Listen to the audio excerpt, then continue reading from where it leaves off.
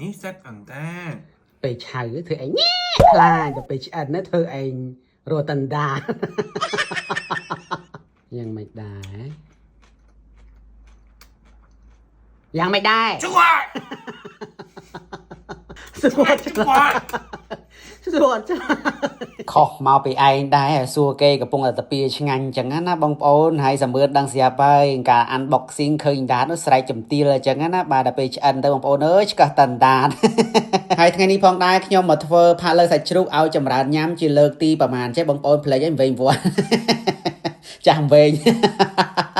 បាទដឹងថាច្រើនដងហើយព្រោះចម្រើនចូលចិត្តញ៉ាំមកបងប្អូនបាទហើយខ្ញុំប្រើជាមួយនឹងស្ករអកនិចបងប្អូនស្ករនេះគឺល្អមែនទែនសម្រាប់បងប្អូនដែលគាត់មានបញ្ហាទឹកនោមផ្អែមគឺថាពិសាស្ករនេះទៅបងប្អូនបាទបងប្អូនដែលគាត់អត់កើតទឹកនោមផ្អែមចង់ធ្វើឲ្យសុខភាពរបស់យើងល្អហ្នឹងក៏ញ៉ាំស្ករនឹងបានដែរហើយនេះគឺជារបៀបធ្វើផាក់ឡើងរបស់ខ្ញុំបងប្អូនណាបើសិនជាខុសឆ្គងត្រង់ចំណុចណាក៏សូមអធិស្ឋានផងហើយបើសិនជាបងប្អូនពលករខ្មែរយើងចង់បានជាមួយនឹងគេហៅថាសាច់ជ្រូកសាច់គោក៏ដូចជាពោះជ្រូកពោះគោថ្មីស្រស់ដែលមិនមែនជាប្រភេទបកកបងប្អូនអាចតាក់ទងតាមរយៈ Facebook page បងអូនស្រីដែលខ្ញុំបានដាក់លើវីដេអូនឹងបានណាបងប្អូនគាត់មានលក់តម្លៃធូរថ្លៃតែម្ដងឥឡូវផាក់លើរបស់យើងគឺថាឆ្អិនរួចរាល់ហើយបងប្អូនឃើញទេទំនងដល់កតែម្ដងពុះខូចចឹងណាបាទអូយបងប្អូនខ្ញុំចូលចិត្តពោះធំនេះមែនតើនិយាយពីថាឆ្ងាញ់ណាស់បាទមកគ្រឿងក្នុងជ្រូកពេលដែលធ្វើផាក់លើគឺកន្លែងនេះឯងបងប្អូនគឺខ្ញុំចូលចិត្តជាងគេអត់ដឹងថាបងប្អូនចូលចិត្តកន្លែងណាទេបើបងប្អូនចូលចិត្តកន្លែងណាកុំភ្លេច comment ក្រោមវីដេអូនឹងផងណាបាទហើយខ្ញុំចូលចិត្តធ្វើម្ហូបណាបងប្អូនអើយបាទមិនចំណេះជំនាញស្អីគេ Master Chef អីទេគ្រាន់ថាវាដងខាងហ្នឹងអញ្ចឹងណាបងប្អូនណាបាទហើយបងប្អូននេះមួយចាននេះគឺថា2នាក់កូនពៅតំណងហ៎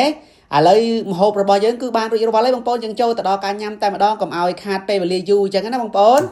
អូយទឹកមកចង់ទៅជួយចង់ទៅក្លែងចង់ទៅហេវចង់បើអីប្រវត្តិចំណែកជិតចិត្តនេះជ្រូកពូ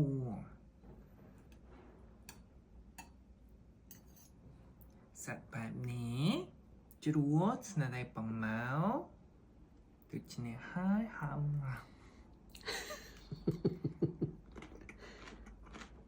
យ៉ាងមិនដែរ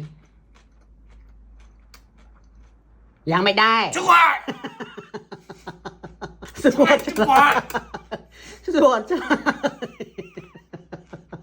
តទៅអញ្ចឹងឆ្ងាញ់ណាជួយនេះសិតអន្តាពេលឆៅធ្វើឯងញ៉ែខ្លាចតែពេលឆ្អិនធ្វើឯងរត់តន្តាប៉ែតអត់ប៉ែតបើមិនពិតទៀតអញផ្ងាច់អញ្ចឹង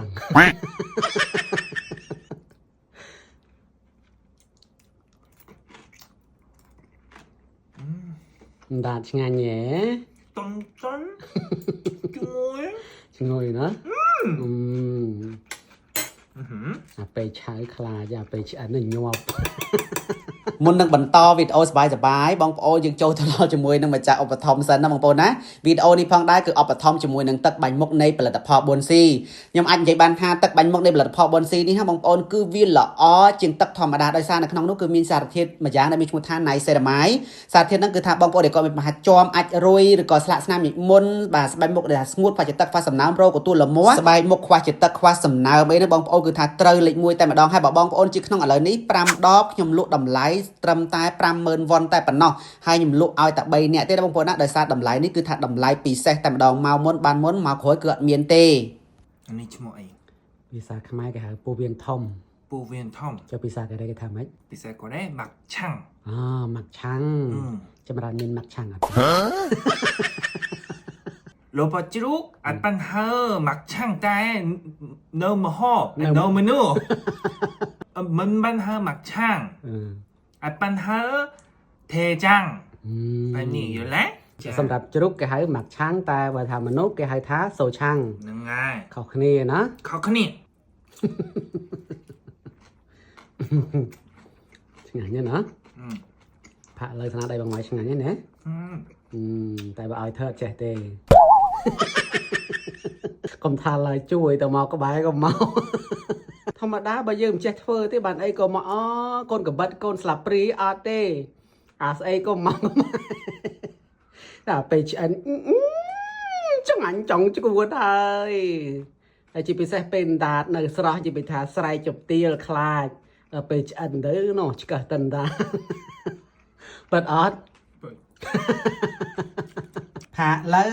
បាទគ្រឿងក្នុងជ្រូកស្នាដៃខ្ញុំនេះគឺថាធានារសជាតិម៉ាអែមបងប្អូនណាឆ្ងាញ់ជាប់ចិត្តត្មងមែនទេកូនពៅយ៉ាហៅមកធំៗណា